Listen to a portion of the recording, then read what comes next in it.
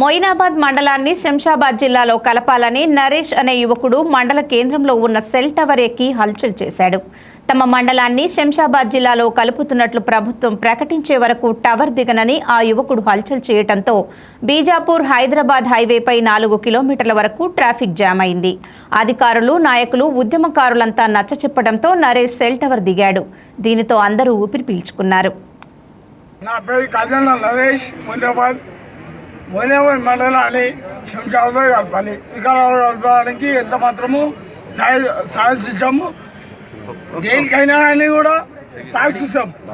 దేనికైనా అని ప్రాంతానికైనా సిద్ధంగా ఉన్నాం. టెలిఫోన్ టవర్ ఎందుకు ఎక్కినా మాకు మా మండల్ శంషాబాద్ కలపాలని.